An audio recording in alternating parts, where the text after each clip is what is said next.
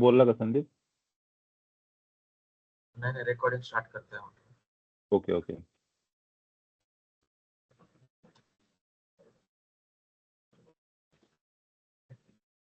अच्छा, जे third model आहे ते software as a service. SaaS एकदम सिंपल आहे. ठीक आहे. त्यामध्ये तो आपण डेली यूज करतोय त्या विषयीला, जसं की आपल्या मायक्रोसॉफ्ट टीम्स वगैरे ह्या गोष्टी SaaS मध्ये येतात. Delivers software application over the internet on subscription basis. जसे आपण मायक्रोसॉफ्ट टीम्स वगैरे यूज करतो बरोबर, तर याचे सबस्क्रिप्शन असतात. सबस्क्रिप्शन बेसिस वरती आपण जे काही लायसन्स असतील, आपण युजर बेस लायसन्स असतात, त्यानुसार आपण जे सॉफ्टवेअर सर्व्हिस कन्झ्युम करत असतात ऑर्गनायझेशन. तर याचं एक्झाम्पल आहे MS Office 365 जे की मायक्रोसॉफ्टचं आहे आणि गुगल वर्कस्पेस गुगलचं आहे. ओके. यामध्ये जे काही म्हणजे हे सर्व पॅकेज असतं, जसं की business class email, office application, जसं की आता बघितलं ना MS टीम्सचं जे सूट आहे त्यात भरपूर ऍप्लिकेशन्स असतात. म्हणजे काही व्हाईट बोर्ड असेल, वन नोट असेल, वन ड्राईव्ह असेल, एक पॅकेज असतं. ते सॉफ्टवेअर सर्व्हिस मध्ये त्याच्यामध्ये आपल्याला फक्त ते बघितलं फक्त कन्झ्युम करतो आपण. याच्यामध्ये काहीच आपल्याला करण्याची गरज नसते, कुठलीही गोष्ट मॅनेज करण्याची गरज नाही, फक्त कन्झ्युम करायची सर्व्हिसेस. आणि जसं की मी सांगितलं होतं अगोदर की आपल्याकडे हे आर्किटेक्चर म्हणजे हे आहे, याच्यामधून आपल्याला कळतं की आपण काय मॅनेज करायचं आणि मायक्रोसॉफ्ट काय मॅनेज करणार. गाईज ऍडमिट करा ना कोणी इथे. केलं का? येस येस केलं. Okay okay. इथे तुम्ही बघितलं ना, हा जो कलर आहे sorry Sandeep, you manage. Yes yes, no problem no problem. पुढे जरा बनवायचं चाललं होतं माझं ते, आणि ते Okay. जॉईनिंग करायचं केलं, ते टीम्स जॉईन व्हायला टाइम लागतो ना म्हणून. Okay okay. तरी आम्ही बरेच वेळ वाट बघितली, म्हटलं त्याला उशीर होतोय. हा, ते लांची काहीच नाही, फक्त Teams आपण हा नाही जस्ट स्टार्ट केलं, Just, आता जास्त वेळ नाही झाला. हा जस्ट फक्त सॉफ्टवेअर ॲज अ सर्व्हिस आपण घेतलंय. त्यात काहीच नाही. सॉफ्टवेअर ॲज अ सर्व्हिस म्हणजे काय, जसं की आपलं ऑफिस 365 आणि गुगलचं वर्क स्पेस आहे. ठीक आहे. तर हे SaaS मध्ये येतात, SaaS मॉडेल मध्ये, जे की आपण फक्त कन्झ्युम करतो बरोबर. MS ऑफिसचे सूट्स असतात ना, ते आपण याच्यात पुढच्या स्लाइड मध्ये बघूया. इथे आपला हा ऑन प्रिमाइसचं इन्फ्रास्ट्रक्चर आहे बरोबर.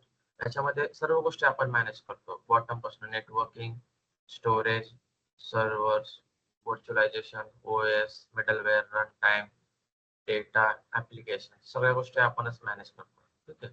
आपल्याकडे वेगवेगळ्या टीम असतात, पण ऑन प्रिमाइस आपली कंपनी मॅनेज करते बरोबर.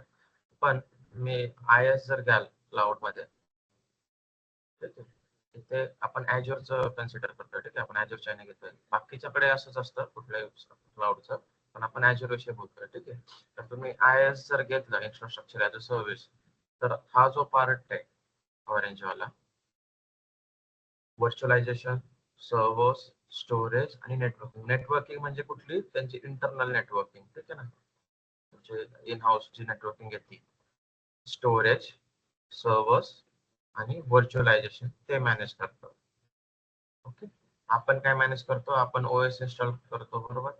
मिडलवेअर रन टाइम जे आपण इन्स्टॉल करणार. मिडलवेअर रन टाइम म्हणजे जे काही आपण जावा वगैरे एखाद्या ऍप्लिकेशनला जावा किंवा बाकीचे रन टाइम रिक्वायर्ड असतात ना ते. ठीक आहे.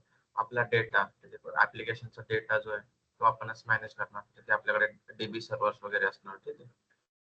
पुन्हा ऍप्लिकेशन, आपण जे ऍप्लिकेशन सर्व्हर इन्स्टॉल करणार आहे ते आपणच मॅनेज करणार. हे IaaS मध्ये. पण याची जी नेटवर्किंग आहे, ठीक आहे, मी इथे हे नेटवर्किंग मुळे कन्फ्युज होऊ नका. ठीक आहे. पण इथे आपले इन्फ्रास्ट्रक्चर आपण बिल्ड करणार आहे. ठीक आहे, व्हर्च्युअलायझेशनच्या वरती. यांच्यामध्ये जे आपण नेटवर्किंग करणार, कारण की आपले मल्टिपल VMs असणार आहे, मल्टिपल डेटाबेसेस असणार आहे, मल्टिपल ऍप्लिकेशन्सचे सर्व्हर्स असणार आहे वेगवेगळे बरोबर. तर त्याच्यामध्ये तुम्हाला जी नेटवर्किंग करायची ती वेगळी. ठीक आहे. ती पोर्टल वरून आपण जी करतो ती आपल्यालाच मॅनेज करायची. फक्त कारण की इन हाऊस मध्ये पण आपल्याला नेटवर्किंग पाहिजे असतं ना, जेव्हा तुम्ही इन्फ्रास्ट्रक्चर बिल्ड करताय, त्यांचं जे इन्फ्रास्ट्रक्चरचं जे नेटवर्किंग, व्हर्च्युअलायझेशन किंवा सर्व्हर्स असतील, त्यांचे फिजिकल सर्व्हर्स आहेत, त्यांचं स्टोरेज असेल, हे सर्व मायक्रोसॉफ्ट मॅनेज करणार. ओके. इन्फ्रास्ट्रक्चरचं काही क्वेश्चन्स IaaS मध्ये स्ट्रेट फॉरवर्ड आहे. OS पासून वरती आपण सगळ्या गोष्टी करणार.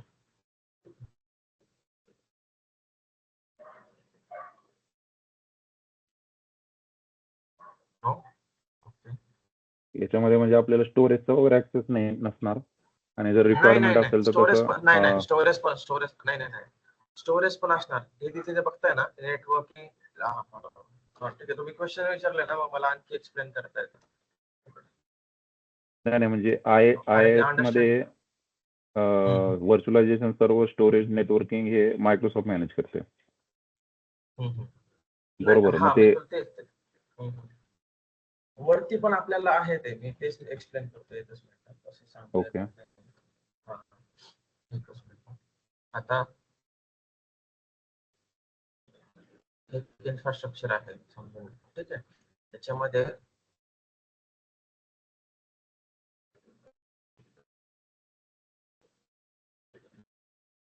त्यांचा डेटा सेंटर आहे, बरोबर. त्या डेटा सेंटर मध्ये त्यांचं काही सर्व्हर आहे, स्टोरेज डिव्हाइसेस आहेत त्यांचे, ठीक आहे. ते राउटर्स आहेत, स्विचेस आहेत, फायरवॉल्स आहेत, ठीक आहे. आपण ऍक्सेस करतोय तिथनं पोर्टल, आपला पोर्टल आहे, ठीक आहे.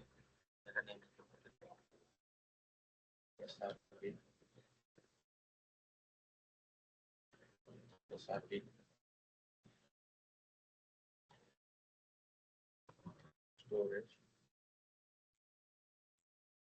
स्विच, राउटर,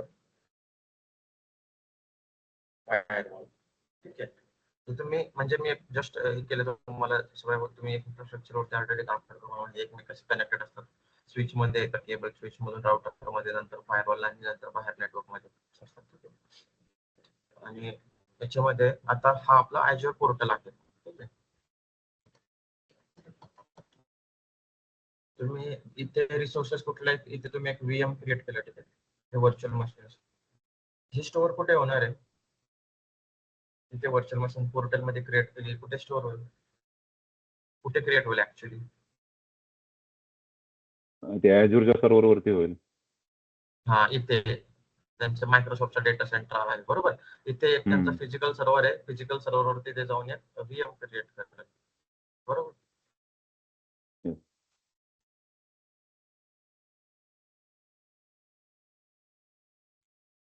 तुमचे कोण आहे?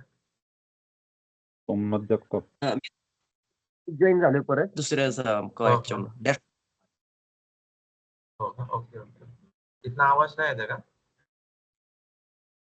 मोबाईल वरती मी कनेक्ट केली वॉइस साठी आणि डेस्कटॉप वर स्क्रीन ओके ओके गुड. इथे हा Azure पोर्टल आहे, बरोबर. राष्ट्र बरोबर बोलला. इथे मी VM क्रिएट केलं, इथे स्टोअर होणार, बरोबर. इथे एक फिजिकल सर्व्हर वरती. आता मी इथे काहीतरी स्टोरेज क्रिएट करतोय, ठीक आहे. स्टोरेज अकाउंट इथे बनवलं पोर्टल वरती. ते कुठे जाऊन स्टोरेज स्टोअर होणार? इथे, ठीक आहे, Azureच्या याच्यावरती. आता इथे मी मल्टिपल VMs बनवतो, ठीक आहे. इथे एक VM आहे, इथे दुसरा VM आहे, इथे दुसरी एखादी माझी सर्व्हिस आहे, इथे पण मी एक VNet क्रिएट करणार, इथे पण फायरवॉल असतात माझ्याकडे, ठीक आहे. इथे सबनेट्स आहेत, इथे पण मला एक नेटवर्किंग करावं लागेल ना, इथून याला VM ला कनेक्ट होण्यासाठी, इथून इथे कनेक्ट होण्यासाठी, इकडून इथं स्टोरेजला कनेक्ट होण्यासाठी, इथून VM ला कनेक्ट. ही नेटवर्किंग वेगळी, पण यांना पण इथे एक नेटवर्किंग करावं लागेल ना, या सर्व्हर पासून या सर्व्हर पर्यंत कनेक्ट होण्यासाठी, इथून स्टोरेजला, इथून स्विचेसला, राउटरला, ठीक आहे. तर त्यांचं इन्फ्रास्ट्रक्चर आहे, याच्यावरती आपण बिल्ड करतोय. वरती जे आहे OS इन्स्टॉल करणं, OS ला पॅच करणं, बाकी वरची जी आपली नेटवर्किंग, आपले VMs कनेक्ट करण्यासाठी एकमेकांसोबत, ती आपण मॅनेज करणार. यांचं इन हाऊस मध्ये ते मॅनेज करणार, इन्फ्रास्ट्रक्चर ते पूर्ण मॅनेज करणार, आपण पोर्टल वरती व्हर्च्युअली मॅनेज करणार. Clear guys? हा. येस. म्हणजे समजा काय मॉडिफिकेशन करायचे असेल तर आपण व्हर्च्युअली करू शकतो. हा, वरचेच आपण त्यांच्या इथे टच नाही करू शकत. इथे ना, इथे आपल्याला फिजिकल याला नाही. यांचं बरोबर, इथे त्यांचं व्हर्च्युअलायझेशन लेअर आहे, या व्हर्च्युअलायझेशन लेअर आहे, बरोबर. नंतर इथून जे आहेत ना, इथून API पोर्टल वरून तू काही VM क्रिएट करत असतो, इथून API कॉल होत असतो, आणि इथून व्हर्च्युअलायझेशनच्या वरती, व्हर्च्युअलायझेशनला पण आपल्याला ऍक्सेस नाहीये त्यांच्या व्हर्च्युअलायझेशन टेक्नॉलॉजी. जसं की आपण आता VMware आहे, बरोबर. VMware आपलं व्हर्च्युअलायझेशन, आपल्याला ऍक्सेस तिथे जाऊन तू VMware मध्ये जाऊन तू VMs क्रिएट करू शकतो, राईट. तुला तिथून तू ESX बघू शकतो, ठीक आहे. तुझे बाकी सगळ्या गोष्टी मॅनेज करू शकतो. पण इथे तुला तो ऍक्सेस नाहीये. तुला फक्त एक पोर्टल दिलंय. त्या पोर्टल मधून तुला काय करायचं का पोर्टल मधला ऍक्सेस तुला आहे. इथून जे काही क्रिएट करायचंय ना तुला इथून एपीआय कॉल डेटा सेंटर मध्ये होणार. इथे तुझी इन्फॉर्मेशन स्टोअर होणार सर्व डेटा वगैरे तुझं कॉन्फिगरेशन वगैरे.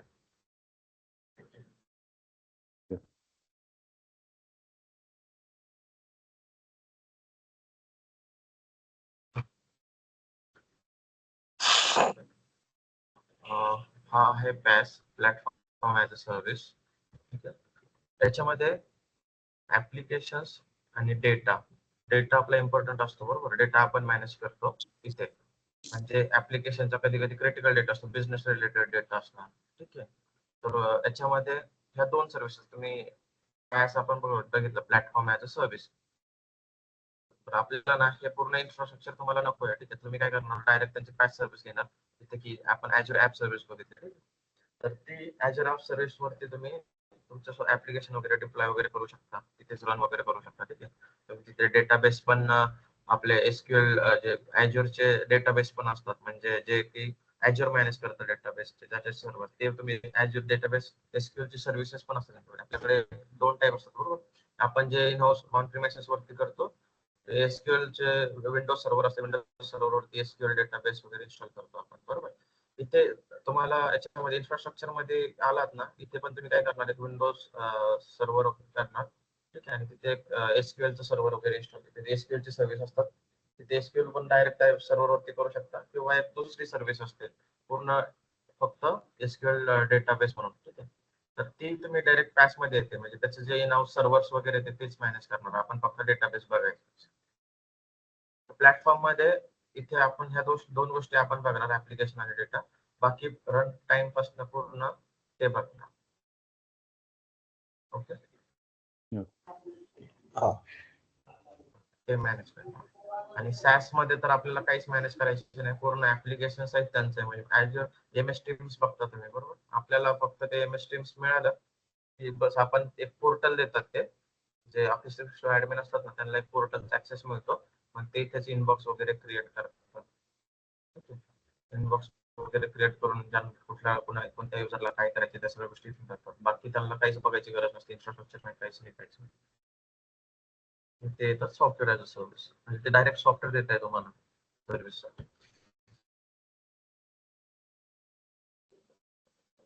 Okay. Okay.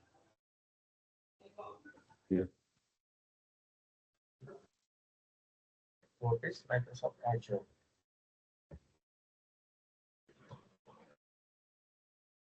Microsoft Azure is a cloud computing platform and service offered by Microsoft. सगळ्यांना माहिती आहे मायक्रोसॉफ्ट Azure क्लाउड आहे. ठीक आहे. पण स्टील काही काही फ्रेशर्स लोक असतात त्यासाठी त्याने बनवलेली होती PPT. It provides a range of cloud services including computing, databases, storage and networking. आणि आता बऱ्याच गोष्टी आहेत. ठीक आहे. क्लाउड सर्व्हिसेस म्हणजे क्लाउड सर्व्हिसेस मध्ये भरपूर फक्त आपण कम्प्युटिंग डेटाबेस स्टोरेज नेटवर्किंग घेतलं बाकी AI ML बाकी खूप गोष्टी Azure खूप फेमस झालं AI ML साठी म्हणजे मार्केटमध्ये लीड करतोय त्या गोष्टींसाठी. Purpose of Azure to help businesses and developers build, deploy and manage applications through Microsoft managed data centers. क्लाउडचा पर्पज असतो आहे. अगोदर काय व्हायचंय कुणालाही समजा एखादं स्टार्टअप सुरू करायचंय तर त्याला स्टार्टअप सुरू करण्याच्या अगोदर त्याच्या डोक्यावरती एक ओव्हरहेड असायचा की त्याला एक स्वतःच इन्फ्रास्ट्रक्चर बनावं लागेल. त्याला एक जागा विकत घ्यावी लागेल. ठीक आहे. तिथे त्याला त्याचे डेटा सेंटर म्हणजे काही जे काही सर्व्हर्स त्याला रिक्वायर्ड आहेत ते सर्व्हर्स त्याला तिथे डिप्लॉय करणं आहे. IT टीम हायर करणं आहे. ठीक आहे. ते सर्व्हर्स मॅनेज करणार, नेटवर्किंग डिव्हाइस मॅनेज करणार. या सर्व गोष्टी अगोदर होत्या कुठले स्टार्टअप सुरू करायचे होते तेव्हा. पण आता तसं नाही. तुझ्याकडे स्टार्टअपची आयडिया आहे डायरेक्ट सुरू कर. तुला कसले इन्फ्रास्ट्रक्चर क्रिएट करण्याची गरज नाही. ऑन प्रिमाइसेस डायरेक्ट क्लाउडच्या सर्व्हिसेस घे. पूर्ण इन्फ्रास्ट्रक्चर ते बिल्ड करू शकतो आपण. ओके. जेवढं आता पाहिजे ठीक आहे. आता एक सर्व्हर बिल्ड केला यूज करतोय ठीक आहे. आता तुला 8-10 दिवसांनी नाही पाहिजे तुझं काम संपलं बंद कर. ठीक आहे. तुझे चार्जेस नाही लागणार. अगोदर इथेच हे जर इन्फ्रास्ट्रक्चर सुरू करायचं झालं ना अगोदर म्हणजे 50-60 लाख कमीत कमी धरले आपण त्यापेक्षा जास्त 50-60 लाख तिथेच खर्च होणार आणि काय बिझनेस करणार ना समोरचा असंच. आता ते टेन्शन राहिलं नाही जोपर्यंत जेव्हापासून क्लाउड आले. जे रिसोर्सेस पाहिजे ते क्लाउडवरतीच क्रिएट कर आणि यूज नसेल करायचं शटडाऊन कर किंवा बंद करून टाकलं तर रिमूव्ह केलं तर आपल्याला फक्त जेवढं यूज केलं तेवढेच चार्ज. समटाईम जर आपल्याला सपोज फॉर एक्झाम्पल एखादं सर्व्हर आहे, ठीक आहे. हा तो आपल्याला next couple of months use करायचा आणि त्याच्यानंतर आपल्याला त्याचा काही यूज नाहीये एखाद्या एक मध्ये पीक टाइम मध्ये बिझनेसच्या नाही का, आणि नंतर तो सर्व्हर 2 महिने परत आपल्याला यूज करायचाच नाही, तो पूर्ण शटडाऊन ठेवतो. शटडाऊन केल्यानंतर नेक्स्ट 2 मंथ जोपर्यंत तो शटडाऊन आहे त्या पिरियड मध्ये त्याचं बिलिंग येणार नाही आपल्याला, बरोबर? बरोबर. पण त्यामध्ये पण काही हे असतात, ठीक आहे. जसे की तू शटडाऊन करतोय, पण तू काय यूज करतो आता तुझा VM आहे बरोबर. शटडाऊन करतोय. तुला त्याचे चार्जेस नाही लावणार कारण की तू शटडाऊन ठेवलंय. पण तुला त्याचं काही जर पब्लिक IP असेल, ठीक आहे. बऱ्याचदा पब्लिक हा. IP नसतो VM ला, ठीक आहे. पण असेल तर त्याचा चार्जेस लागेल. पण याच्यावरती तू काही स्टोरेज असेल ना, तुझा डिस्क असेल, OS डिस्क आहे, डेटा डिस्क आहे, हा. त्याच्यावरती तू काहीतरी डेटा ठेवलेला आहे. त्याचे चार्जेस तुला लागतील. हा. त्याचे अच्छा, चार्जेस म्हणजे लागतील फक्त पूर्ण. म्हणजे डिस्क जे आपल्या युज मध्ये असणार आहे, बिकॉज सर्व्हर जरी शटडाऊन असलं तर आपला जे डेटा ड्राईव्ह आहेत त्याच्यामध्ये डेटा आपला अवेलेबल आहे, बरोबर तर त्याचं चार्जेस लागणार आपल्याला. करेक्ट. त्याच्यात पब्लिक कारण आयपी की यूज तू मध्ये म्हणजे बाकी अदर्स गोष्टी फक्त सर्व्हिस जी आहे हो. सर्व्हरची जी युज करण्याची त्याला फक्त चार्जेस लागणार नाही, बिईंग द बरोबर शटडाऊन पिरियड. बरोबर बरोबर ओके. शटडाऊन मध्ये तुला काही चार्जेस नसतात. ठीक आहे. ते डायरेक्ट तेच सांगतात की जे तुम्ही VM शटडाऊन ठेवा, आम्ही चार्जेस लावत नाही. पण हे आपल्याला माहिती आहे ना, त्यांच्या डिस्क आहेत त्या हा. डिस्कचे मिनिमम चार्जेस घेतील. पब्लिक IP असेल त्याचे चार्जेस घेतील. ठीक आहे. हे आपल्याला माहिती आहे गोष्टी. मायक्रोसॉफ्ट स्वतःहून कशाला सांगेल ना आम्ही याचे चार्जेस करतो. आणि त्यांच्या डॉक्युमेंट्स मध्ये तुम्ही डिटेलमध्ये डॉक्युमेंट्स रीड केले ना, त्यात कळतं तुम्हाला की हा ते म्हणतात की VM च्या कुठल्या कुठल्या गोष्टीचे चार्जेस लावतील. पण ते डायरेक्ट सांगताना ते असं सांगतात ना, VM शटडाऊन ठेवा, तुमचे चार्जेस लागणार नाही.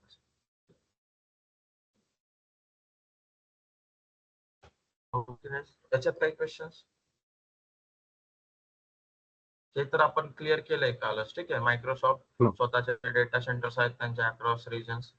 आपल्याकडे ही आपली कंपनी आहे, आपल्याकडे कुठलाही सर्व्हर नसला तरी पण आपण त्यांचं सबस्क्रिप्शन विकत घेऊन आपल्याला जे काही सर्व्हर्स वगैरे बिल्ड करायचे, जे काही इन्फ्रास्ट्रक्चर बिल्ड करायचे आपण त्यांच्या डेटा सेंटर वरती करतो इन शॉर्ट.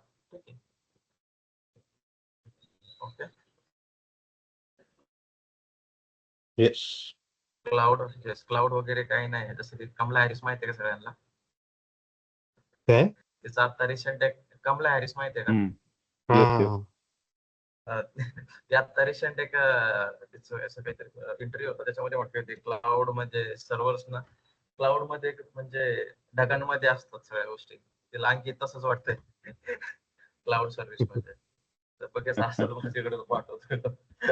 तिला आणखी माहित नाही की बॅकग्राऊंड मध्ये डेटा सेंटर्स वगैरे असतात. रिजन वाईज आपलं रिजन येस. सॉरी आवाज कट झाला का? ते क्लाउडचे जे आपले आता Azureचे रिजन ओव्हरऑल किती टोटल आपल्या वर्ल्ड मध्ये? हा आपल्या नेक्स्ट आता नेक्स्ट स्लाइड्स मध्ये आहेत सगळं दाखवतो मी कसं बघायचं काय ते सगळं आहे. Okay. Brief history of like Azure evolution. Launch and early deployment. अगोदर ना AWS अगोदरच लॉन्च झालं होतं Azureच्या. ठीक आहे. AWS जेव्हा लॉन्च झालं होतं ना, Amazonने सांगितलं पण नव्हतं मार्केटमध्ये. तेव्हा त्यांनी त्यांच्या फायनान्स शीट ना लपवून ठेवल्या होत्या. काही दिवस त्यांनी बाहेर मार्केटमध्ये दाखवलंच नाही की आम्हाला म्हणजे क्लाउड सर्व्हिसेस मधून एवढं प्रॉफिट वगैरे होतंय.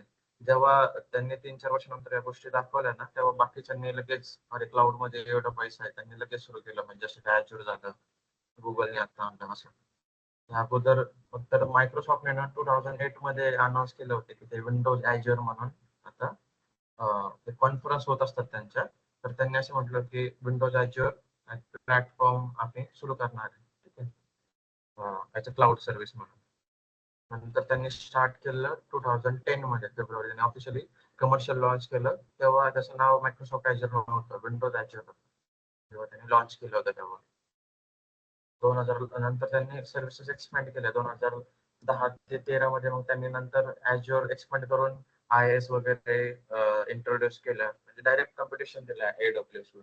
अगोदर जेव्हा त्यांनी लॉन्च केलं होतं ना तेव्हा फक्त पॅच सर्व्हिसेस प्रोव्हाइड करत होते. ठीक आहे. नंतर मग ते 2012ला त्यांनी IaaS वगैरे इंट्रोड्यूस केलं. नंतर मग तेव्हा जास्त बूस्ट मिळाला त्यांना. ठीक आहे. मग 2014 त्यांनी अगोदर विंडोज ॲझ्युर नव्हतं ना, त्यांनी त्याला रिब्रँडेड करून मायक्रोसॉफ्ट ॲझ्युर नाव दिलं 2014 मध्ये. तर अगोदर विंडोज ॲझ्युर होतं. ओके. जास्त हो, बूम आता म्हणजे ही जी येस. हां, हां, हां. सोल्युशन आहे 2008 ला त्यांनी डिक्लेअर केलं. म्हणजे हो, हो. ऍक्च्युअल त्यांनी use मध्ये आणलं. 2010 पासून ते 14 पर्यंत त्यांनी सर्व्हिसेस ज्या काय आहेत त्या वाढवल्या बरोबर बरोबर, Azure बरोबर. मधल्या. आणि 2014 नंतर पण त्यांनी भरपूर सर्व्हिसेस वाढवल्या. हे आपण 2014 पर्यंत मायक्रोसॉफ्ट ॲझ्युर पर्यंतच घेतलंय. त्याच्यानंतर त्यांनी भरपूर इम्प्रुव्हमेंट्स केल्यात. त्यांना ते ISO सर्टिफिकेट्स वगैरे मिळालेत ऑर्गनायझेशनचे. ठीक आहे. त्यानंतर त्यांनी AIML आणल्या सगळ्या गोष्टी. आता 2022-23 मध्ये त्यांनी AIML मध्ये खूप टॉपला होता. ते म्हणजे क्लाउड असं आहे ना सध्या पूर्ण हे त्याच्या फेजेस आहे ते ग्रोइंग फेज मध्ये आहे. आणखी बऱ्याच सर्व्हिसेस ते इंट्रोड्यूस करतच जात आहे. मी आता काम करतो ना बरोबर. वरती मला माहिती आहे. मी आता काम करतो ना वरती मला माहिती आहे. आता मी आज एक सर्व्हिस क्रिएट करतोय तिथे काही ऑप्शन नसतात पण उद्या जेव्हा करायला जातोय तिथे ते दुसरे ऑप्शन्स अवेलेबल असतात. म्हणजे एवढ्या याच्यावरती चेंजेस होत असतात. आवाज ऍडिशनल कसला ऑप्शन येतो माझा? ऍडिशनल हो, हो. ऑप्शन येत आहेत. ऍडिशनल हो, फीचर्स येत असतात ऍडिशनल प्रत्येक वेळेस काही. थोडक्यात असं म्हणू शकतो यांचं बॅक एंड डेव्हलपमेंट कंटिन्यू चालू आहे डेव्हलपमेंट नाही का? बरोबर, बरोबर, बरोबर.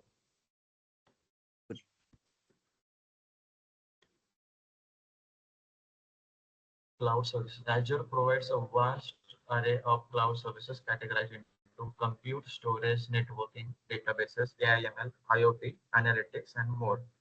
एवढ्या सगळ्या सर्व्हिसेस ते प्रोव्हाइड करतात. ठीक आहे. आणि आणखी बऱ्याच सर्व्हिसेस इथंच आहेत. इंट्रोड्यूस करतात. ग्लोबल रीच आहे.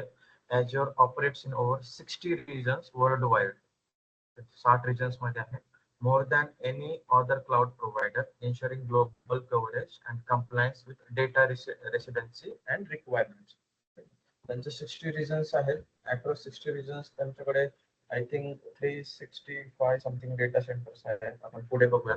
ठीक आहे. माझ्याकडे आपण डायरेक्ट लाईव्ह बघूयात वेबसाईटवरती कारण की तिथे upgrade every day data centres वगैरे वाढत आहेत. मे बी त्यांनी हिंजवडीमध्ये पण आता जागा घेतली. मागे न्यूज आली होती 10-15 दिवसापूर्वी. मायक्रोसॉफ्टने काहीतरी घेतलंय घेतलं. बरोबर. हो, हो. 16 का पुण्यामध्ये 17 ऑलरेडी एकर डेटा सेंटर आहे. हो. पुण्यामध्ये ऑलरेडी डेटा सेंटर आहे त्यांचं पण हिंजेवाडीमध्ये पुन्हा त्यांनी जागा घेतली. माहिती नाही जसे ते डेटा सेंटर डेव्हलप करणार ते ऑफिस असणार. कारण की डे बाय डे इन्क्रीज होत आहे त्यांचे डेटा सेंटर्स. मायक्रोसॉफ्ट कुठं जुनं डेटा सेंटर कुठं होतं? जुनं म्हणजे पुण्यामध्ये हा ते सांगता येणार नाही मला पुण्यामध्ये. हा म्हणजे ते पुण्यामध्ये आहे एवढं माहिती आहे मला. म्हणजे असं एक्सपोज केलं नव्हतं त्यांनी जास्त त्याला. हो, हो. बरोबर.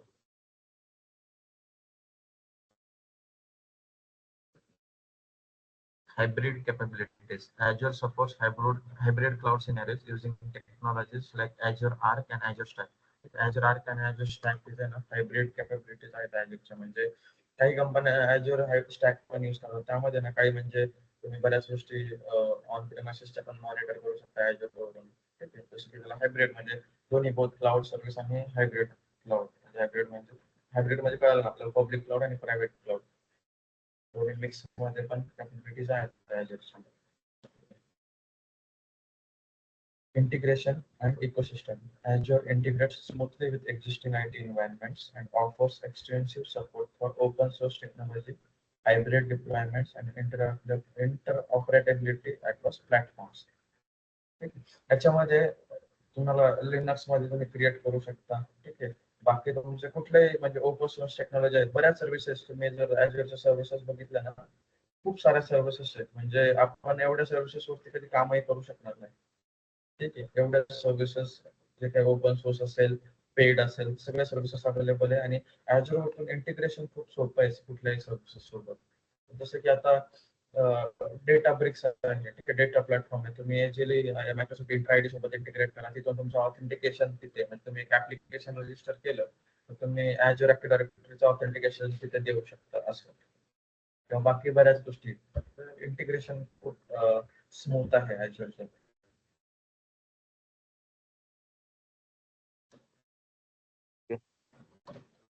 Okay. Key benefits of Microsoft Azure. Azure allows organizations to scale resources rapidly to meet changing business demands. Scalability तर आहेच. आपण पुढे बघूया स्केलेबिलिटी काय आहे. जसं की तुम्हाला आपलं हे असतं माहिती आहे ना, ऍप्लिकेशन कधी आता जसं की आपलं क्रिकेट कशावरती असतं, डिस्नी हॉटस्टार राईट. हॉटस्टार वरती जेव्हा क्रिकेट असतं ना, ठीक आहे, तेव्हा बघा किती म्हणजे फायनल वगैरे असतो, तेव्हा पिक खूप हाय असतो माहिती आहे, जास्त लोक असतात. ठीक आहे, अशा वेळेस तुम्ही स्केलेबिलिटी वगैरे यूज करताना तर काय असतं ना, जसं की आपल्याला माहिती आहे आता मॅच 7 PM ला सुरू होणार आहे, ठीक आहे, 9 PM पर्यंत आहे किंवा XYZ किती टाइम. तर त्यासाठी काय करतात माहिती आहे का, असं शेड्यूल करून ठेवतात स्केलेबिलिटी रिसोर्सेस. आता सध्या जर 1 VM काम करतंय किंवा 2 VM काम करतंय, त्यावेळेस ते 1000 VMs एनेबल करतील तेवढ्या ड्युरेशन मध्ये, कारण की तेवढी ट्रॅफिक येणार आहे, तेवढी ट्रॅफिक मॅनेज झाली पाहिजे. त्यासाठी स्केलेबिलिटी खूप इम्पॉर्टंट असते कुठल्या ऍप्लिकेशन. नाहीतर आपल्या गव्हर्नमेंटचे साईट्स बघितलं ना, तर कुठलाही फॉर्म भरायला गेले ना, कधी पण ट्रॅफिक वाढली की लगेच डाऊन होतं. त्याच्याकडे कन्सेप्टच नाही स्केलेबिलिटी वगैरे, ट्रॅफिक मॅनेजमेंट युजर्स नाही काहीच. वाढले की ट्रॅफिक करेक्ट. हाय झालं की ते स्लोनेसचा इश्यू एक्सपिरियन्स हो होतो, हो बरोबर. सर्व सनस्टेटला जाऊन जातात, एवढ्या रिस्पॉन्ड होत नाही सर्व करून एवढे थोडक्यात लोड लोड जो काही लोड आहे तो डिस्ट्रीब्यूट होत नाही, कारण त्याच्यावर तेवढे बरोबर. नंबर ऑफ सर्व्हर्स अवेलेबल नसतात त्यांच्याकडे लोड घेण्यासाठी. Correct. Cost management. Azure offers flexible pricing model, including pay-as-you-go, reserved instances, and hybrid benefits, helping organizations optimize cost based on usage patterns. आता याच्यामध्ये प्राइसिंग पण खूप फ्लेक्झिबल आहे. जसं की मी VM साठी बोलतो, व्हर्च्युअल मशीन साठी त्यांच्याकडे पर सेकंड प्राइसिंग आहे, ठीक आहे. आणि रिझर्व्ड जर इन्स्टन्सेस म्हणजे काय, आता तुम्ही जर काहीतरी कमिटमेंट करताय Azureला की बाबा मला 3 वर्षासाठी हा सर्व्हर वापरायचा आहे, ठीक आहे, किंवा मला 2 वर्षासाठी वापरायचा आहे, तर Azure काय करणार ना, तुम्हाला डिस्काउंट देणार की ठीक आहे, तुम्ही मला कमिटमेंट करताय ना, तुम्ही रिझर्व्ड इन्स्टन्स म्हणून 2 वर्षासाठी रिझर्व करताय ना, तर मी तुला एवढं डिस्काउंट देतो. तर त्याला रिझर्व्ड इन्स्टन्स म्हणतात. हायब्रिड बेनिफिट्स म्हणजे काय, आता तुमचं ऑन प्रिमाइसेस इन्फ्रास्ट्रक्चर आहे, ठीक आहे, तर तुम्ही ऑलरेडी तुमच्याकडे लायसन्स आहेत मायक्रोसॉफ्ट विंडोज सर्व्हर्सचे, आणि आता तुम्ही जर ते सर्व्हर काहीतरी Azure वरती इन्स्टॉल करताय, तर तुम्ही तिथे टिक मार्क केलं तुम्हाला हायब्रिड बेनिफिट्स म्हणून, ते सिलेक्ट करायचं, म्हणजे की तुमच्याकडे विंडोज लायसन्स ऑलरेडी आहे, त्याची पे करायची गरज नाही तुम्हाला. असं तसं बेनिफिट्स पण यूज करू शकतो. Reliability. With a global network of data centers, Azure provides high availability and redundancy for critical applications and services backed by industry-leading SLA. SLA म्हणजे काय? SLA आपल्याला माहिती आहे, त्यावरतीच काम करताय. तर SLA त्यांच्याकडे खूप डेटा सेंटर्स आहेत. जसे की तुम्ही आता तुमचं एखादं ऍप्लिकेशन आहे, ठीक आहे, तुम्ही त्याला तुमच्याकडे जर तुम्हाला हाय अवेलेबिलिटी पाहिजे, तुम्ही त्याला हाय अवेलेबिलिटी मध्ये कॉन्फिगर करा. तुमचे जे रिसोर्सेस आहेत ते मल्टिपल झोन्स मध्ये इन्स्टॉल होईल, ठीक आहे. एखादा झोन जरी डाऊन झाला तरी तुमचं ऍप्लिकेशन दुसऱ्या झोनमध्ये अवेलेबल असेल. याने काय होतं, तुमचा डाऊन टाइम कमी होतो, कारण की एकदाच कुठे प्रॉब्लेम आला ना, तर एका झोनला येईल, ठीक आहे, दुसऱ्या झोनला येणार नाही अवेलेबिलिटी झोन जो काय असेल. तर त्यामुळे काय होतं ना, तुमचं डाऊन टाइम कमी होऊन जातं. जसं की आपल्याकडे असं समजा, आपल्याकडे सिंगल डेटा सेंटर आहे, आपल्याकडे सिंगल डेटा सेंटर मध्ये आपले ऍप्लिकेशन्स आहेत, तर तिथे काहीतरी इश्यू झाला ना, तर आपलं डाऊन जाईल, ठीक आहे, एन्व्हायरमेंट, आणि आपल्याला म्हणजे दुसरं डेटा सेंटर नाही तर दुसरं ऑप्शनच नाही. तसं मायक्रोसॉफ्ट नाही. मायक्रोसॉफ्टकडे मल्टिपल डेटा सेंटर्स आहेत. तुम्ही जेव्हा कॉन्फिगर कराल VM, त्या पद्धतीने VM किंवा तुमची सर्व्हिस, तुम्हाला अवेलेबिलिटी जास्त मिळेल, डाऊन टाइम कमी असणार. Compliance and security. Azure adheres to strict compliance standards and offers advanced security features. Compliance Azureचं compliance चांगलं आहे. त्याच्यामध्ये पण त्यांना काहीतरी ISO सर्टिफिकेट्स त्यांनी घेतलेले, त्यांचं Azureला मिळालेले आहेत compliance आणि securityच्या. तरी पण थोडेफार क्लाउड वरती आहे तर सिक्युरिटी कन्सर्न असतातच.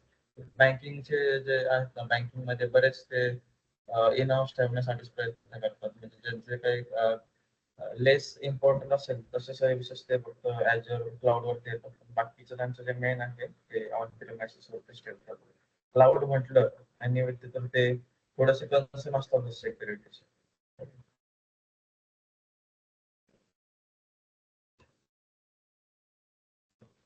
या Azureच्या ग्लोबल इन्फ्रास्ट्रक्चरचे आपल्याकडे 60+ रिजन्स आहेत त्यांच्या आणि 300+ डेटा सेंटर्स आहेत. ठीक आहे. आता हा चेंज होत असतो डेटा. तर आपण इथे आपल्याकडे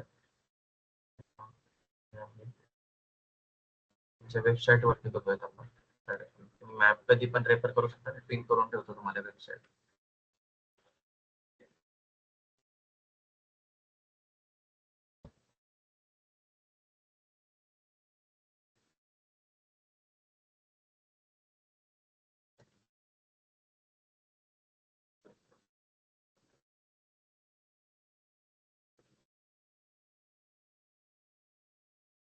ठीक आहे. ही साईट ओपन केली ना लगेच पहिल्या याच्यातच तुम्हाला दिसेल लगेच की 60+ data centres, 60+ regions, 300+ data centres.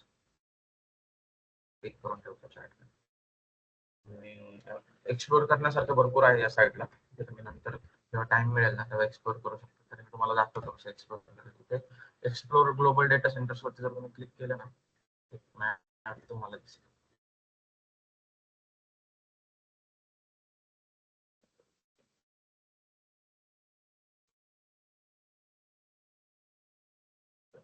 त्याचे पूर्ण डॉट्स वगैरे दिसतात. हे त्यांचे रिजन्स किंवा डेटा सेंटर्स आहेत. आता हे ईस्ट कॅनडा ईस्ट रिजन आहे. हे कॅनडा सेंट्रल रिजन आहे. ईस्ट US रिजन आहे. हे ईस्ट US2 रिजन आहेत. असे रिजन भरपूर आहे. हळूहळू तुम्हाला कळेल रिजन वगैरे. जसं पोर्टल वरती जाऊन आपण हे जे केबल्स दिसतात ते पूर्ण केबल कनेक्टेड आहेत. ते पूर्ण हे जेवढे काही त्यांचे डेटा सेंटर्स किंवा रिजन्स आहेत एकमेकांशी कनेक्टेड आहेत. सॅटेलाइट दिसतात हे असंच म्हणजे ग्राफिक्स म्हणून नाही आहे. तर याच्यातून पण त्यांच्याकडे डेटा सेंटरचे इथे सॅटेलाइट स्टेशन आहेत. तिथून पण डेटा ट्रान्सफर होतो तिथे डेटा सेंटरवरती. म्हणजे जर कुठे केबलचा प्रॉब्लेम असेल तर तुम्ही सॅटेलाइट थ्रू पण डेटा वगैरे पण त्या सॅटेलाइट सर्व्हिसेस तुम्हाला यूज करायला लागेल. त्या सर्व्हिसेसचे चार्जेस पण हाय असतात. सॅटेलाइट फिरतायत ना त्या थ्रू पण डेटा ट्रान्सफर होत असतो. त्यांच्या बऱ्याचशा डेटा सेंटरला सॅटेलाइट हे स्टेशन्स आहेत. तिथून आपण जसं की इंडिया गेलं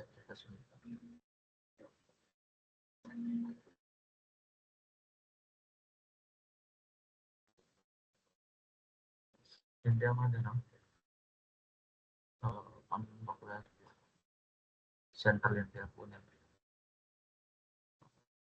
पुणे हे पुण्याचं आहे. ते अवेलेबिलिटी सोडून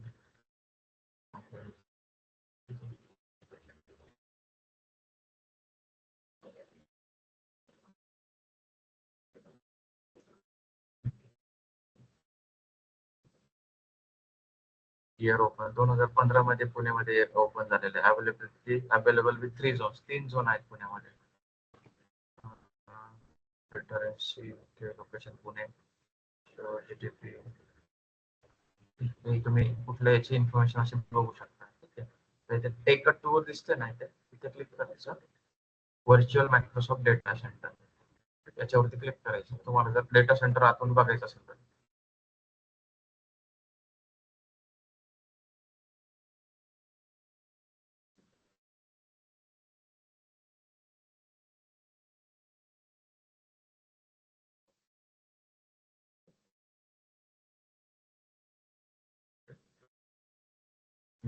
इंटरलॉबी केलं तर आपण आतमध्ये एंटर होणार. हे काय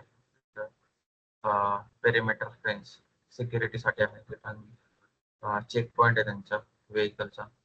हे बघा satellite station Azure Orbital. Azure Orbital, a satellite ground station service, enables customers to communicate, downlink, and process data from their satellite without having to build their own stations. जसं की कुणाला गरज असेल ठीक आहे त्यांना सॅटेलाइटला डेटा त्यांना स्वतःचं स्टेशन बिल्ड करण्याची गरज नाही. Azureच्या सर्व्हिसेस यूज करा आणि तुम्हाला ऑलरेडी तुम्ही तिथे स्टोअर करू शकता जे काही तुम्हाला हे आहे Azure modular data centre. Data centre आहे रिसायकलिंग सस्टेनेबिलिटीचं काहीतरी त्यांच्या म्हणजे जे काही रिसोर्सेस वगैरे येतात त्याचे आहे. सेम हे पॉवर रिन्युएबल एनर्जी पण तेच तिथे जनरेट करतात. हे पण त्यांचं कार्बन युसेस, कार्बन साठी माहिती आहे ना आपण कार्बन काय म्हणतो आपण कार्बन साठी बऱ्याच न्यूज येतात ना की कार्बन इमिशन एवढं वाढलंय त्याच्यासाठी पण डेटा सेंटर मध्ये त्यांनी क्रिएट केले काय कार्बन इमिशन साठी. आपण डेटा सेंटर मध्ये इंटर द लॉबी करूया.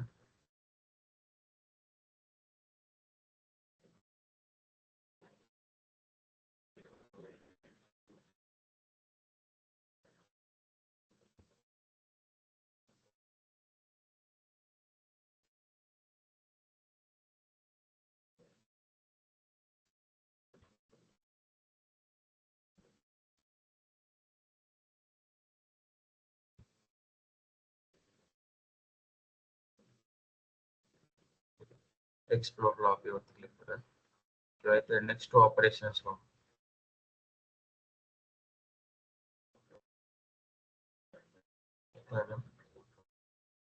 एक्सप्लोर ऑपरेशन्स पूर्ण रिअलिस्टिक केलंय त्यांनी. इथे जर या व्हिडिओवरती क्लिक केलं ना त्याचे आणखी इन्फॉर्मेशन त्याची तुम्हाला लगेच सांगता येईल. त्याच्यावरती क्लिक करू mechanical area.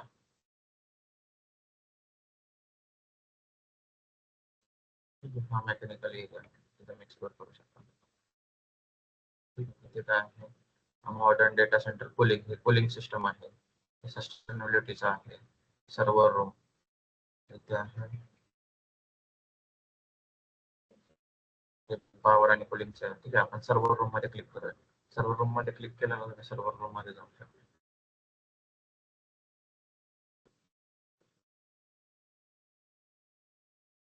Explore server room त्याची इन्फॉर्मेशन पण असते. व्हिडिओ पण असतात साईडला, तुम्ही त्याच्यावरती व्हिडिओचा आयकॉन आला ना ते क्लिक करून इन्फॉर्मेशन घेऊ शकता. इथे प्ले ऑडिओ हे पण इन्फॉर्मेशन मिळते.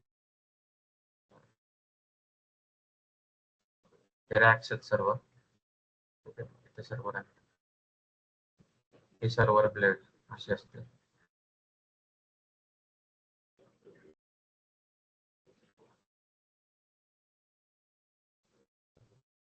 क्लोज करूया.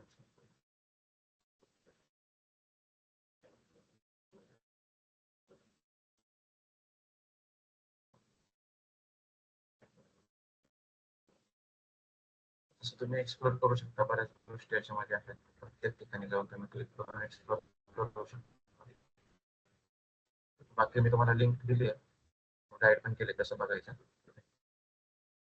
रिजन सर्व बघायचं असेल ना कधी पण इथे अपडेटेड इथे हा URL ओपन करायचं, इथे अपडेटेड इन्फॉर्मेशन मिळतं.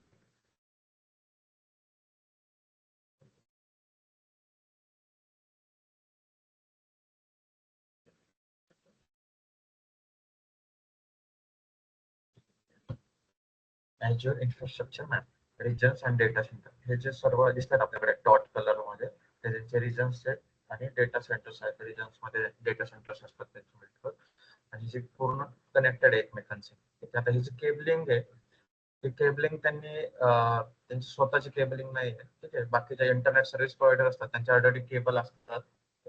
तर ते त्यांच्या एज मायक्रोसॉफ्टच्या एज लोकेशन्सला कनेक्टेड असतात. त्यांच्या थ्रूच ते कम्युनिकेट करतात.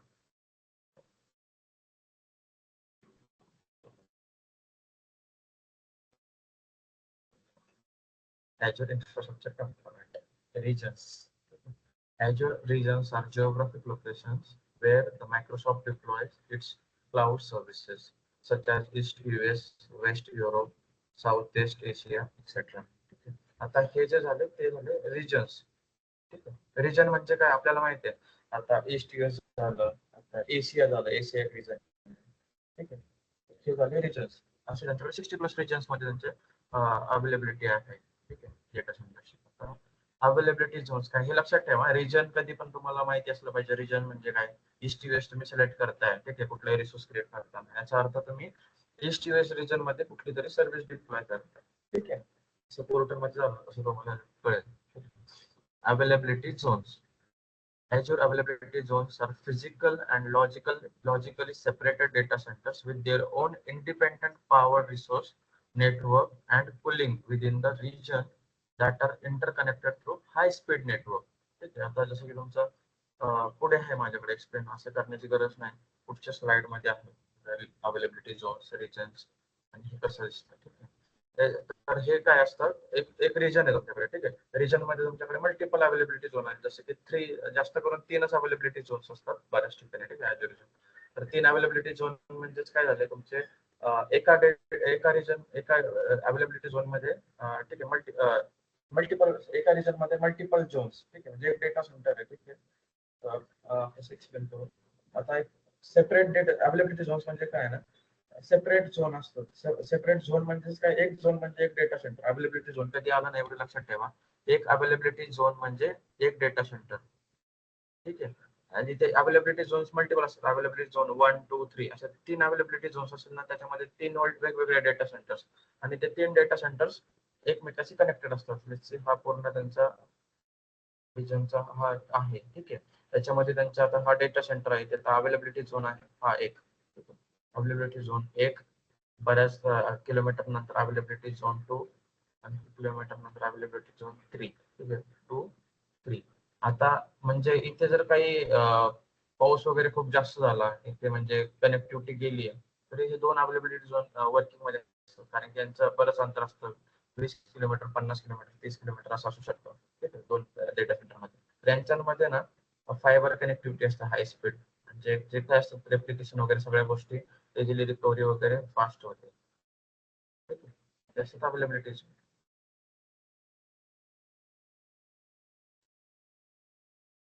आता हा एचटीएस रिजन आहे ना, त्याच्यात अवेलेबिलिटी झोन्स असतात मल्टिपल.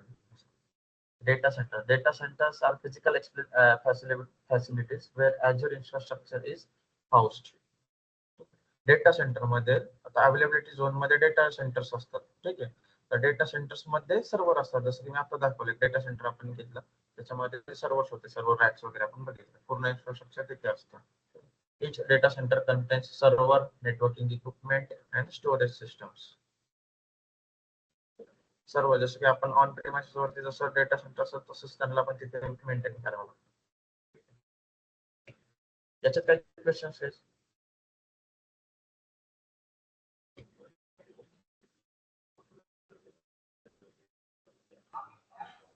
नाही संदीप. हा अवेलेबिलिटी झोन जसं मी आता एक्सप्लेन केलं होतं, हा अवेलेबिलिटी झोन 1. याच्यात बरंच क्लिअर आहे तुम्हाला. Availability zone 1, availability zone 2, availability zone 3. ठीक आहे. आता हा एक Azureचा एक रिजन आहे. रिजन मध्ये 3 अवेलेबिलिटी झोन आहे. ठीक आहे. एका रिजन मध्ये. तर इथे आता एका अवेलेबिलिटी झोन मध्ये 1 किंवा मोर डेटा सेंटर्स असू शकतात. ठीक आहे. इथून आता हा दुसरा 1 किंवा मोर अवेलेबिलिटी झोन 2. अवेलेबिलिटी झोन 3 मध्ये पण 1 किंवा 2 डेटा सेंटर असू शकतात. आता हे सर्व तिघं पण एका रिजन मध्ये 3 आहेत ना, ते तिन्ही एकमेकांशी कनेक्टेड असतात. Diverse fibre 5 connected availability zone म्हणजे फायबर केबल्स आहेत ना, त्यांनी कनेक्टिव्हिटी असते. हाय स्पीड नेटवर्क असतं, त्याने कनेक्टेड असतात एकमेकांना. म्हणजे काय, जर या एरियामध्ये काहीतरी फ्लड वगैरे काही आला तर हे 2 डेटा सेंटर्स अवेलेबल असतात त्या रिजन मधले. जर इथे काही आलं तर हे 2 अवेलेबल असतात. ठीक आहे. म्हणून त्या डिस्टन्स वरती असतात. ओके. ओके.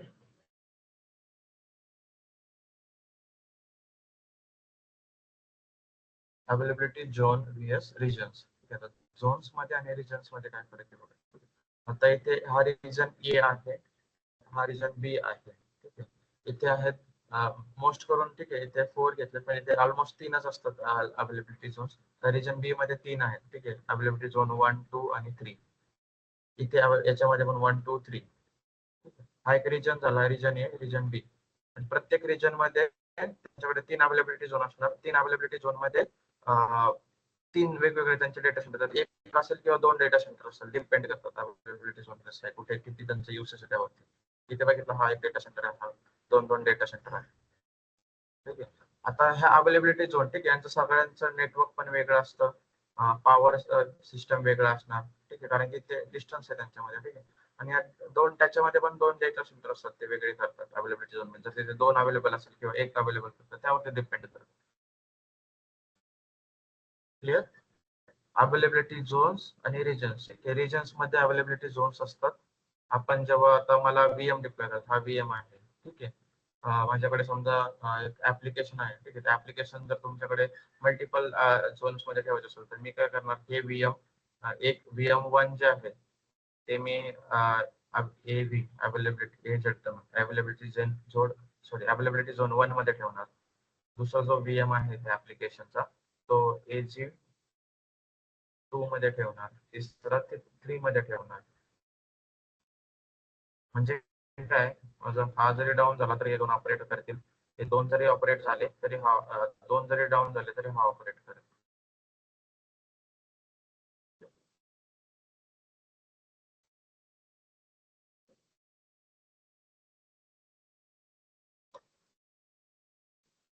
गाईज हे कळलंय ना मला, याच्यात तुम्हाला जर अंडरस्टँडिंग झाले असेल तर आपण पुढे जाऊया. नाहीतर हे मेन आहे, तुम्हाला कळायला पाहिजे डेटा सेंटर वगैरे. कोणी एक्सप्लेन केलं ना तर ते सांगता आलं पाहिजे. तुम्ही कुठलाही क्वेश्चन विचारा, कुठलाही सिली क्वेश्चन नाही. इथे काही दुसरा कोणी नाहीये तुम्हाला help करण्यासाठी, ठीक आहे. जे वगैरे पण करणार नाही. कुठलाही छोटा क्वेश्चन विचारा, काही अडचण नाही.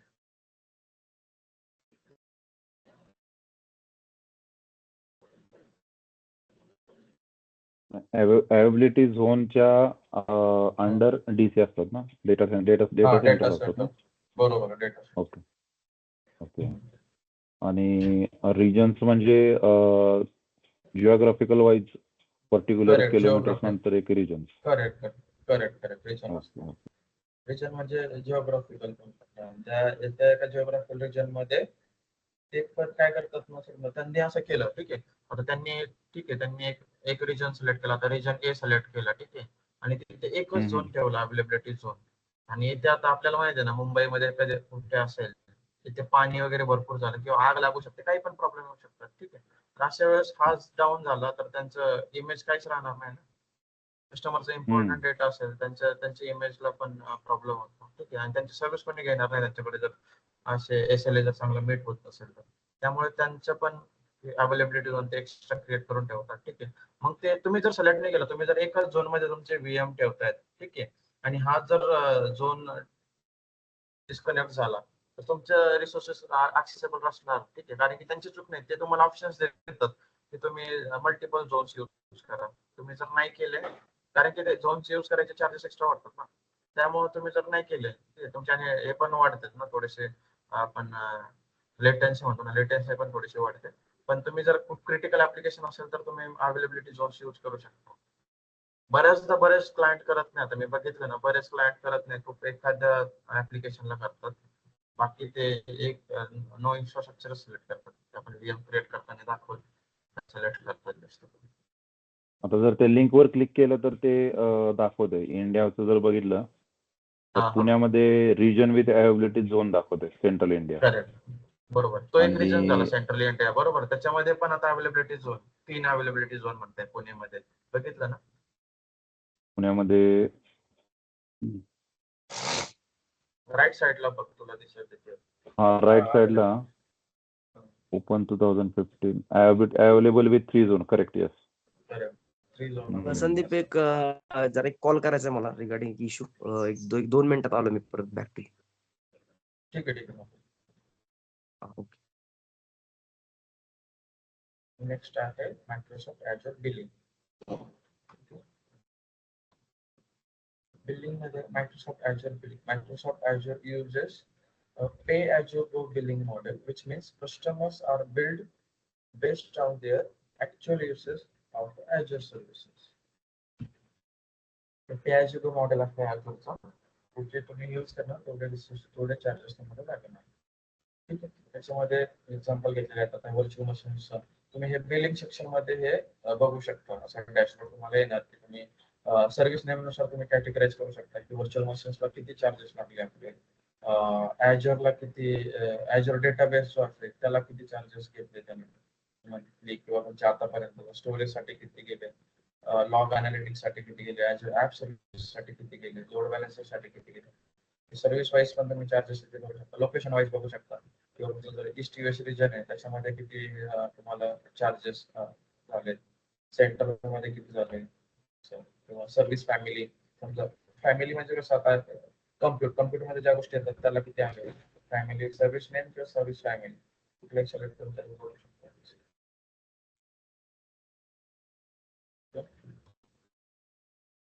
Computer services billing in Azure. Pay computer साठी कसं बिलिंग आहे pay only for what you use हे आहे कम्प्युटर सर्व्हिसेस साठी.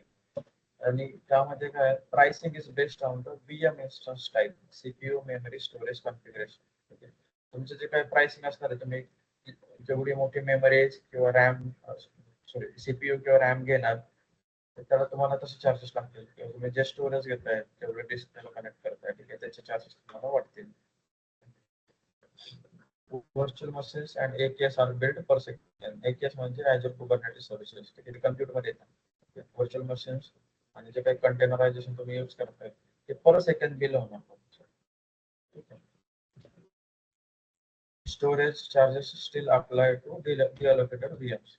आपण या अगोदर बोललो होतो तुम्ही जर VM बंद ठेवलं ना शट डाऊन ठेवलं तर तुम्हाला चार्जेस लागेल. पण सोबत मी हे पण सांगितलं होतं की तुम्ही जे स्टोरेज वगैरे यूज करताय त्याचे चार्जेस तुम्हाला ऍप्लिकेबल असतील ते चार्जेस पे करावे लागतात. Azure also offers reserved VM instances and spot VMs at discounted rates for predictable workloads or flexible pricing options. Reserved instance म्हणजे काय आपल्याला सांगितलंय तुम्हाला तुम्ही 1 year किंवा 3 year किंवा 2 years साठी जे काही रिझर्व करतायत 3 years केलं तर तुम्हाला जास्त डिस्काउंट मिळणार. जर तुम्हाला माहिती असेल की आपल्याला हा VM असणारच आपल्याकडे नेहमी हा ऍप्लिकेशनचा हा VM आहे आपल्याला लॉंग टर्म साठी यूज करायचा आहे ठीक आहे तर तुम्ही 3 years साठी रिझर्व करू शकता जेणेकरून तुम्हाला कमी चार्जेस लागतील. स्पॉट इन्स्टन्स माहिती आहे तुम्हाला काय स्पॉट इन्स्टन्स कसे असतात ना तुम्ही जेव्हा VM क्रिएट करता ते तुम्हाला येतं स्पॉट साठी स्पॉट इन्स्टन्स सिलेक्ट करायचं चेकबॉक्स केला ना हे स्पॉट इन्स्टन्स असे असतात की म्हणजे जसं आपलं शेअर मार्केट असेल ना आहे ना की अवेलेबल म्हणजे जसं जो जास्त बिडिंग करेल त्यांना मिळेल तसं तर स्पॉट इन्स्टन्स असेच असतात. आता जर सध्या VM अवेलेबल आहे ठीक आहे आता तुम्ही यूज करताय तुम्हाला भेटेल आणखी कोणी दुसरा आला तर कधी इथून निघून जाईल तुमच्यापेक्षा जास्त बिडिंग आली इथून दुसऱ्याला मिळेल असं आहे. त्याला स्पॉट इन्स्टन्स म्हणतात. तुमचे इम्पॉर्टंट VMsला कधीच नाही यूज करायचे स्पॉट इन्स्टन्स. म्हणजे थोडक्यात जर कोणी बिडिंग लावली जास्ती तर आपले VM पण तो घेऊ शकतो असं का? हो ते स्पॉट इन्स्टन्स ना त्याचं नाव स्पॉट आहे ठीक आहे आता अवेलेबल आहे ठीक आहे आता तू तो VM सिलेक्ट केला तुला काहीतरी टेम्पररी वर्क करायचंय तर तू करू शकतो टेम्पररी नॉन क्रिटिकल सर्व्हर्स वगैरे आहेत त्यासाठी आपण घेऊ तुला फक्त शकतो. असं काहीतरी टेम्पररी यूज करायचं ते आता आहे पुढच्या मिनिटाला नसणार पण तुझ्याकडे असेल कधी कधी तू स्पॉट इन्स्टन्स सिलेक्ट करायला तेव्हा पण अवेलेबल नसतो तुझ्यासाठी असं आहे ते म्हणजे कोणी पण आता एकाने घेतलं त्याचा यूज झाला त्याने डिस्कनेक्ट केलं किंवा त्याचं IP दुसऱ्याने घेतलं असं निघून जातात. नाही संदीप रिझर्व्ड VM इन्स्टन्स आणि spot VM at discounted rate means समजा नाही मला ते प्रेडिक्टेबल रिझर्व म्हणजे बघ आता एक एक्झाम्पल असं सांगायचं म्हटलं तर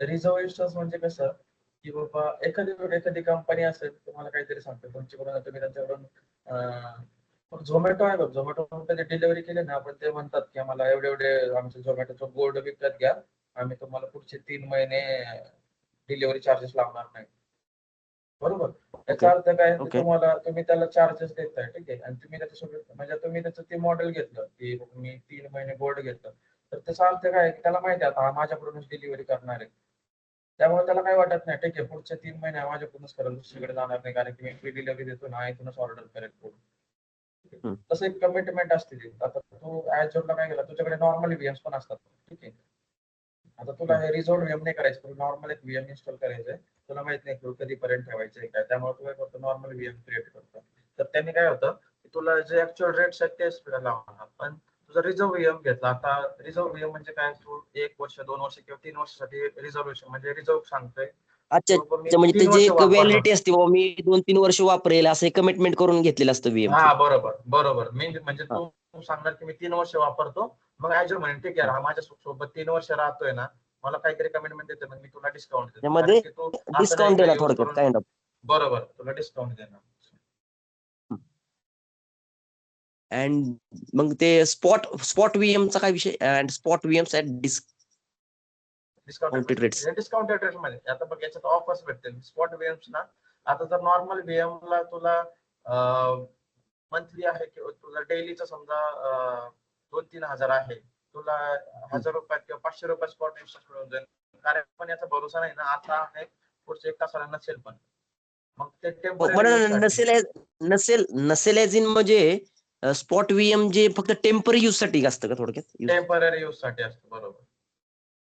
पण हे जे नसेल हे ठरवणार कोण? हे ऍज्युअर ठरवणार का? सपोज आता मला स्पॉट व्हीएम मी घेतलं आणि मी घेतले टेम्पररी, पण मला कधी जे स्वॅप आउट करायचंय किंवा कधी रिटर्न करायचं हे मी सांगणार, त्यानंतर ते ऍक्शन घेतील ना असं कधी? तुला मग तू सांगशील तर तू नॉर्मल व्हीएम यूज कर ना. तर तू नॉर्मल वेळेला तू सांगत होते स्पॉट इन्स्टन्स म्हणजे त्यांचं एक तुला जर असं काहीतरी म्हणजे काहीतरी तुला फक्त एक्सपेरिमेंट साठी घ्यायचंय काहीतरी अशा टायमाला, कारण की ते कधी पण काढून घेतील. दुसऱ्या कोणी कस्टमर आला ना, त्यांनी बिडिंग लावली त्याला देऊन टाकतील. असं आहे तुझ्यापेक्षा जास्त. हो. डेटा काय असेल तर मग इन केस ते सगळं जाणार. ओके. म्हणजे जरी स्पॉट व्हीएम घ्यायचं जर समजा ऑर्गनायझेशनने ठरवलं, पण ते त्यांना माहिती आहे स्पॉट व्हीएम च्या केस मध्ये काय काय होऊ शकतं, तर त्या पद्धतीने हो, ते ते डेटा घेतच तसा नाही. ठेवणारच. ते घेत पण नाही. स्पॉट इन्स्टन्स कधीच घेत नाही टेस्टिंग organization. साठी ठेवणार. त्यात मेजर काय क्रिटिकल डेटा वगैरे ठेवू शकत नाही, कारण त्यांना माहिती आहे की स्पॉट व्हीएम एनी टाइम कधी पण ते रिमूव्ह करू शकतात किंवा ते दुसऱ्याला देऊ शकतात. त्यामुळे त्याचं मागच्या बॅकएंडनी काय काय होऊ शकतं त्यांना माहिती आहे. त्यामुळे ऑर्गनायझेशन पण तसं काही डेटा त्या पद्धतीचा त्याच्यावर ठेवू शकणार नाही असं मला वाटतं, आहे की नाही? टेस्टिंगचे बरोबर. आणि सर्व्हरच नाही, organization- मेजरली नाही टेस्टिंग पण घेत नाही. स्पॉट इन्स्टन्स टेस्टिंगचे पण वेगळे सर्व्हर असतात. असं नाही ना, टेस्टिंगचे थोडी डेटा देऊ शकतो तो असं. तो स्पॉट इन्स्टन्स कोणीच घेत नाही. टेस्टिंगला पण घेत नाही. तुला जर असंच काहीतरी ऍड ऑन करायचंय बाकीच्या गोष्टी तर, कारण की टेस्टिंग पण तुझ्या ऍप्लिकेशनची टेस्टिंग असते ना, तिथे पण तुला तरी बऱ्याच काय गोष्टी केलं तरी कॉन्फिगर कराव्या लागतात. असं आहे. त्यामुळे स्पॉट इन्स्टन्स कोणी घेत नाही. Okay. Billing can be estimated at this. आता इथे बिलिंगचा आहे. बिलिंग कसं मिनिट एक कॉल होता, टीममेटचा कॉल येते संदीप, 2 मिनिटं. हो. गाईस थांबवायचं की कंटिन्यू करूया बिलिंग? एवढं सांगतो तुम्हाला. हे पुन्हा घेणारच आपण बिलिंग. आपल्याला तुमचा आता व्हीएम आहे. म्हणजे आपण जेव्हा व्हीएम्स वगैरे क्रिएट करू तेव्हा सांगणारच आहे. तुम्हाला हे बिलिंग खूप महत्वाचं आहे. सगळ्यांना माहिती असतं पाहिजे. त्याला येऊ दे फॉलो पुन्हा. चालेल, थांबायचं असेल तर उद्या घेऊ बाकीचं. आता आपल्याकडे काय नाही. माझं ते फ्री अकाउंट पण झाले क्रिएट. हो का? नाही आपलं झालंय. लास्ट फक्त बिलिंग दाखवायचं, बाकी काय ओके. एकच स्लाइड घेऊन टाकलं.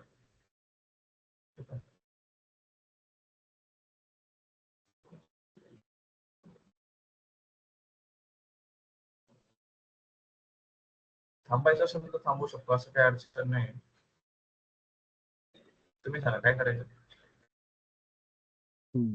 तो सोमनाथ कॉलवर गेलाय, तो ठीक आहे, चालतं. जास्त थांबून घ्या. उशीर लागला तर सांगता येत नाही त्याला. उद्या कसं, उद्या स्टार्ट केले की कंटिन्यू होईल इथनं. चालेल. तो आज 1 मिनिट स्टॉप करतो.